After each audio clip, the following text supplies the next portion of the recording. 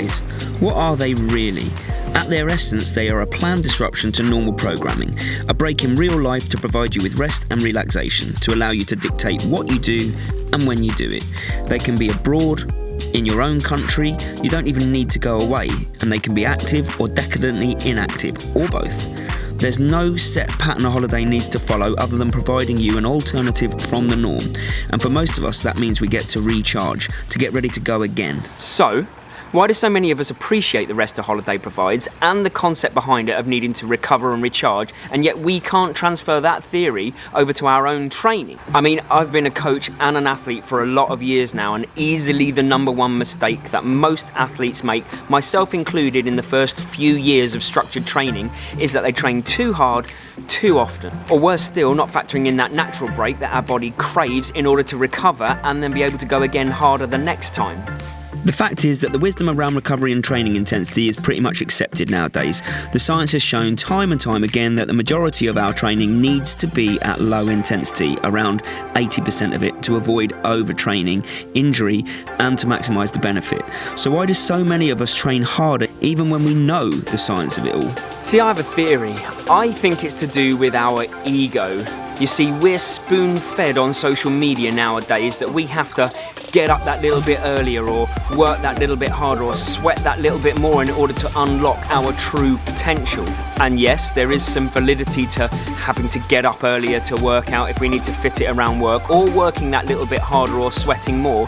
What we're currently led to believe is that that has to happen all of the time, every workout, and that is just not the case. Look at it this way: if you push your brain too hard too often at work, you're going to suffer burnout, and it's the same with your body and training. And it's our egos, fed on a diet of social media and opinion, that pushes us on anyway. So what we need to do is we need to find a little metaphorical box, pop our ego in it, put it away. Training without ego is truly revelatory. You go out with no intention of running faster or harder than your last session. You run easy knowing you're doing it the right way, even if it doesn't feel like it. Most of us get hooked into running or swimming or cycling, or all three, because it allows us to push ourselves hard and see tangible rewards. We get to go outside of our physical comfort zone, and damn, it feels good. Ish, you know what I mean. Pushing hard feels good, and we want to do more of it. So yes, let's do more. And yes, we see improvement, but with it comes overtraining, fatigue, and an increased risk of injury. Think about the central nervous system. When it is tired, when it is fatigued, movement patterns break down and you open yourself up to the possibility of overuse injuries. We need a way of still training but recovering at the same time, and that is where the box to put your ego in comes into it. So you start training at lower intensities, or even better, you factor in recovery days, or even better, recovery weeks at the end of each training block. And that allows your body to adapt and get stronger rather than constantly being battered by relentless training with no end in sight. My theory is that for most of us, training hard is in our mental comfort zone.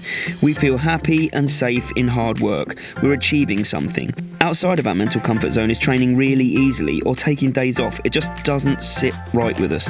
Our ego won't allow it. It doesn't feel like we're working hard enough. So here's the kicker. If you've ever told anyone to go outside of their comfort zone because that's where the biggest improvements are, and yet you still run or train every single day, or you push hard every single session, then you're a hypocrite.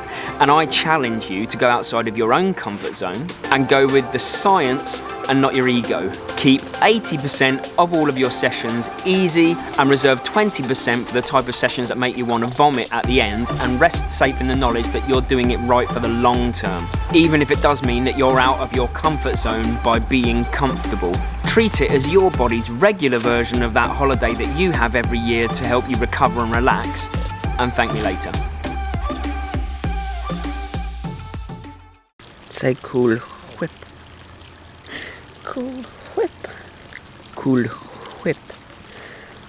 Cool whip. Whip. Whip.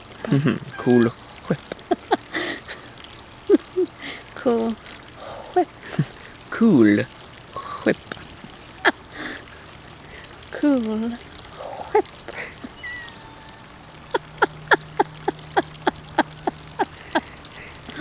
Correct. class. Oh, well.